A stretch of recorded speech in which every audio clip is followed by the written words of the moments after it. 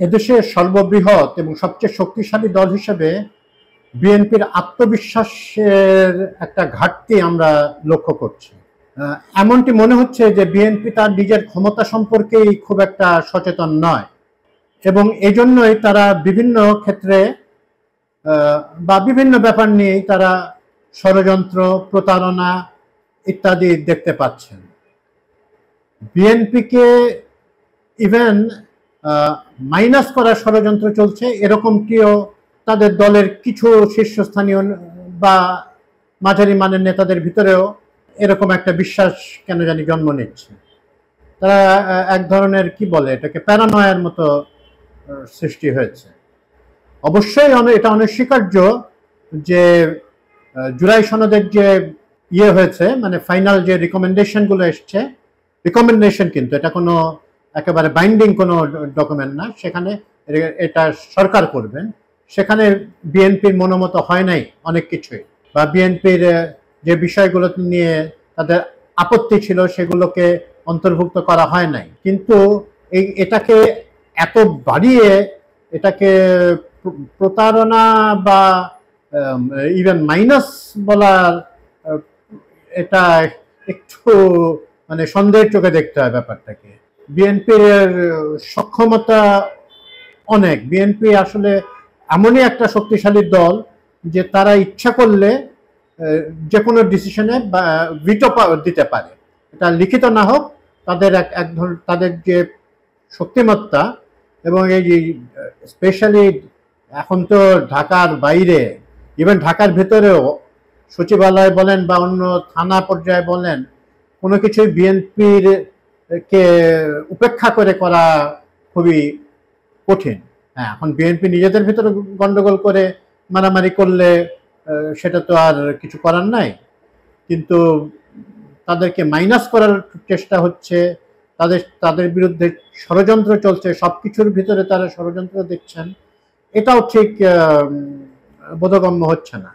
এবং আমার মনে হয় এই আত্মবিশ্বাসহীনতা বা এই প্যারানয়েড মনোভাবের কথা চিন্তা করেই অনেকেই বিএনপিকে উস্কানি দিচ্ছেন। হ্যাঁ, উস্কানি দিচ্ছেন যাতে ইন্টারিম গভর্নমেন্টের সাথে বিএনপির একটা দূরত্ব তৈরি হয়। অন্যান্য দলগুলো যেমন সদ্য গঠিত এনসিপি বলেন বা জামায়াতে ইসলামী বলেন, যাদের সাথে বিএনপির সব আন্দোলন চলাকালীন সময়, এনসিপি তো তখন ছিল না, বৈষম্য বিরোধী ছাত্র আন্দোলন ছিল, জামাতের সাথে বিএনপি বহু বছরের আন্দোলনের যুগপৎ আন্দোলনের ইতিহাস রয়েছে। তো তাদের ভিতরে এক ধরনের বিভেদ সৃষ্টির চেষ্টা করা হচ্ছে। আন্দোলনে তাদের মতামত এক ছিল, কিন্তু আন্দোলন পরবর্তী সময় তাদের ভিতর ভেদাভেদ থাকবেই, মানে মতভেদ থাকবেই, কিন্তু সেটাকে একেবারে ষড়যন্ত্র চলছে তাদের বিরুদ্ধে, এটা একটু বেশি বলা হয়ে যাচ্ছে। তো এই সুযোগটা নিয়ে যেরকম বললাম যে উস্কানি দিচ্ছেন। কয়েকদিন আগে আমি দেখলাম যে আসম রেজাউল হক বলে বিএনপি আওয়ামী লীগের এক পলাতক মন্ত্রী, উনি আবার একটা ইউটিউবে উনি মাঝে মাঝে আসেন। এই ভদ্রলোক খুব সময় আওয়ামী লীগ যখন ক্ষমতায় ছিল বিশাল সুবিধাভোগী ছিলেন। উনি পালিয়ে যাওয়াটা হিরোইক করে উনি ইউটিউবে প্রথম আসেন এবং এই ধরনের বিভ্রান্তিমূলক তথ্য, অপতথ্য ছড়াতে থাকেন। তো উনি একটি ইউটিউব চ্যানেল, মানে তার চ্যানেল থেকে একটি ইউটিউব ভিডিও ছেড়েছেন। আমি পড়ছি আর কি টাইটেলটা, মাইনাস টুর ফাঁদে তারেক রহমান, এরকম একটা টাইটেল দিয়ে।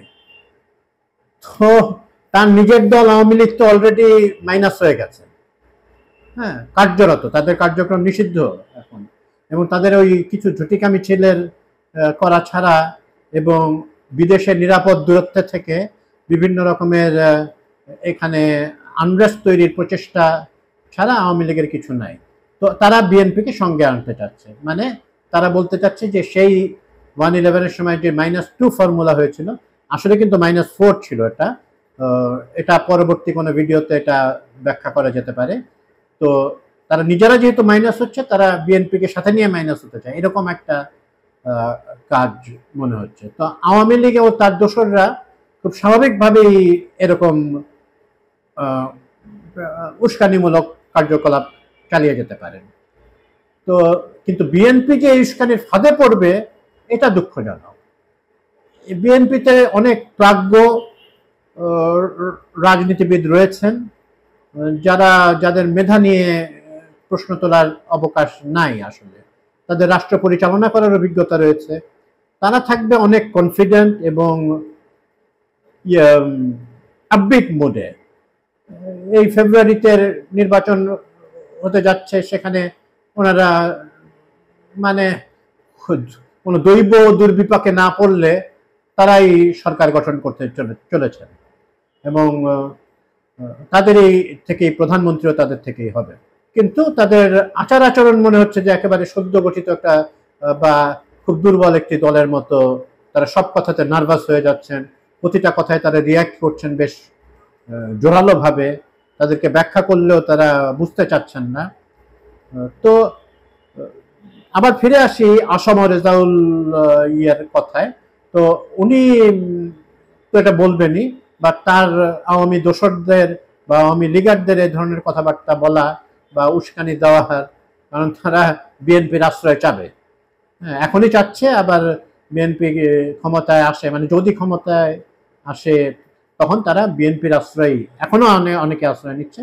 তো বিএনপি যাতে তাদেরকে একটু কম ইয়ে করে, হ্যাঁ, বিএনপির তৃণমূলের নেতাকর্মীদের ক্ষোভ থেকে তাদেরকে রক্ষা করে, এই আশায় তারা ইয়ে করছে। আপনারা মনে আছে যে আওয়ামী লীগের বিরুদ্ধে যে মামলাগুলো, সেগুলো অনেকগুলোই বিএনপি করেছে এবং আওয়ামী লীগের বিভিন্ন সমাবেশগুলোতে আঘাত বা ইভেন 32 নম্বর ভাঙা, এগুলোতে বিএনপি অগ্রগামী ভূমিকা পালন করেছে। তো সে যাই হোক, কিছু সাংবাদিকও এই উস্কানি দেওয়াতে যোগ দিয়েছেন। একজন বিখ্যাত সাংবাদিক, ওনার একটা রেগুলার খুবই জনপ্রিয় টিভি চ্যানেল আছে, উনি কন্টিনিউয়াসলি ইন্টারিম গভর্নমেন্টের সমালোচনা করে যাচ্ছেন। করতেই পারে, ইন্টারিম গভর্নমেন্ট সমালোচনার ঊর্ধ্বে নয়, এবং এনসিপিরও সমালোচনা করে যাচ্ছেন। তো এটাও অস্বাভাবিক কিছু না, এটা সমালোচনা করার মতো বিষয় থাকলে সেটা তো করবেনই। তো কিন্তু কিছু মনে হচ্ছে যে কিছু বিশেষ উদ্দেশ্য নিয়ে কিছু সমালোচনা করা হচ্ছে। যেমন আমি আবার পড়ছি যে উনি বলছেন যে একটি একটি প্রোগ্রামের, তার রেগুলার একটি প্রোগ্রাম আছে, রাজনৈতিক দাবায় বিএনপি চেকমেট।